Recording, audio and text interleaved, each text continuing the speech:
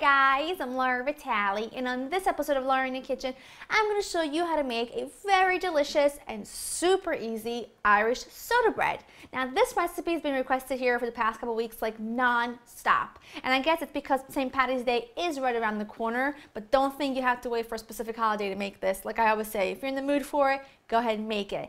Now this recipe is incredibly simple to do, and the ingredients you're going to need are some all-purpose flour, baking soda, baking powder, salt, granulated sugar, eggs, unsalted butter that's been cold and cut into small pieces, some dark raisins, golden raisins, buttermilk, and you're going to need an orange. Now, there are so many variations on how to make, Irish soda bread. This is kind of very basic. My go-to, works every time, and I just adore it. And as you can see, I've got my sweatshirt on, got my yoga pants on, got my hair in a bun. It's very casual day today. I wasn't planning on filming an episode, but I was in the mood to make some bread because I have nothing else scheduled today, so I figured might as well get in the kitchen and bake some bread. And since all of you were asking for this recipe, I figured, well, you're my friends, so you can see me when I'm not dressed up.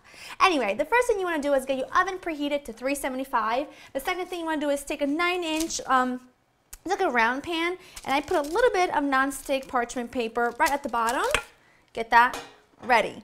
Now what I'm going to do is mix the flour with the baking soda and baking powder and the salt to get those mixed well together. Now, the recipe, this bread recipe calls for no yeast. Now what happens is the acidity from the buttermilk and the baking soda, when they meet, it helps the bread rise.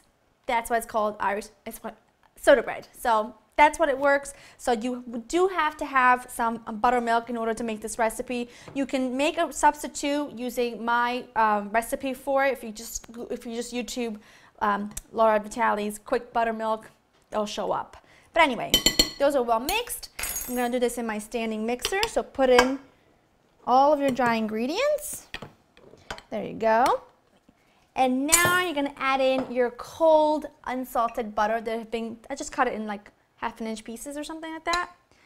I'm not going to come to your house and measure if they're all the same size, so that's okay. It doesn't have to be all the same size, it just needs to be small pieces. Then I've got that, and I'm going to add in the sugar. And what I'm going to do is I'm going to let this mix until the butter is well distributed throughout the dry ingredients, and it's kind of, the butter comes in, like, it becomes little small pieces that resembles like peas, the size of a pea.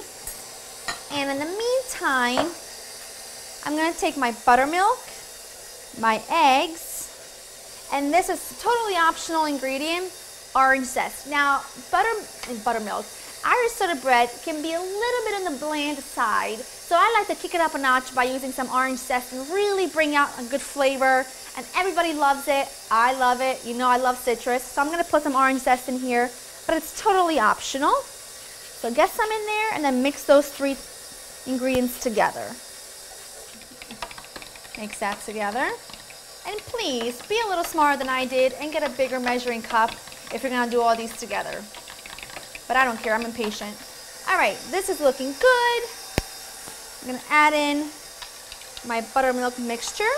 Now, this is going to be a very sticky mixture, but that's just what it is. So don't fear that you've done something wrong if it's not a smooth, round ball of dough.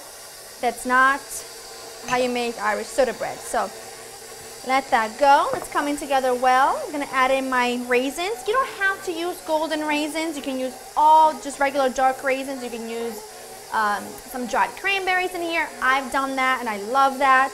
But I'm just using this blend today because I love both of them.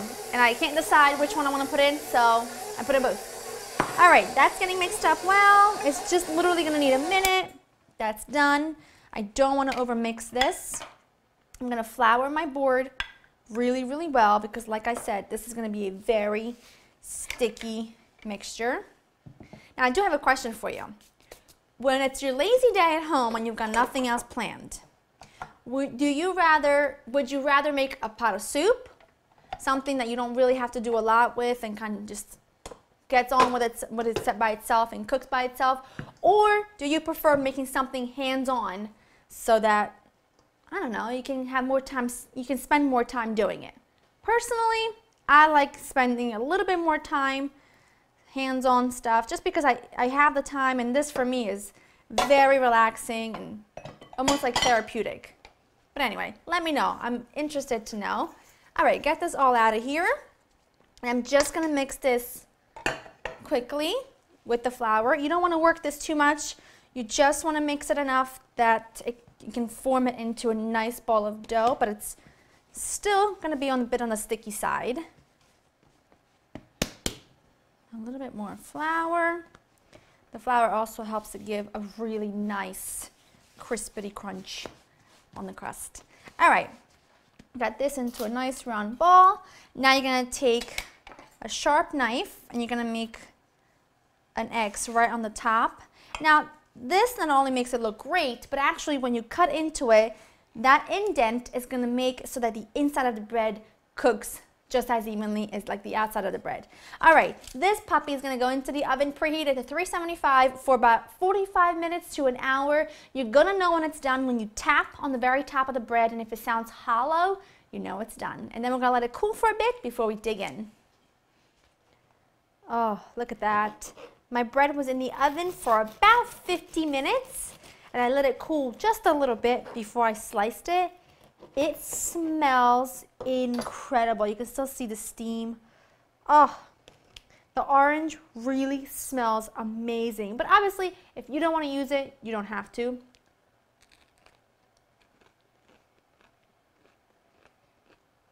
That is on point. Not too sweet.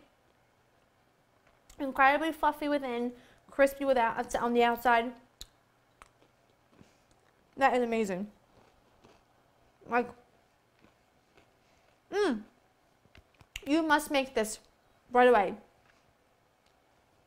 You will love it. Look at the inside, look at that. And that is gorgeous. You will love it.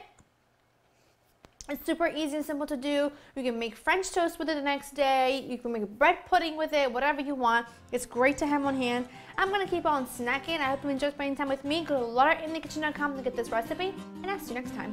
Bye-bye.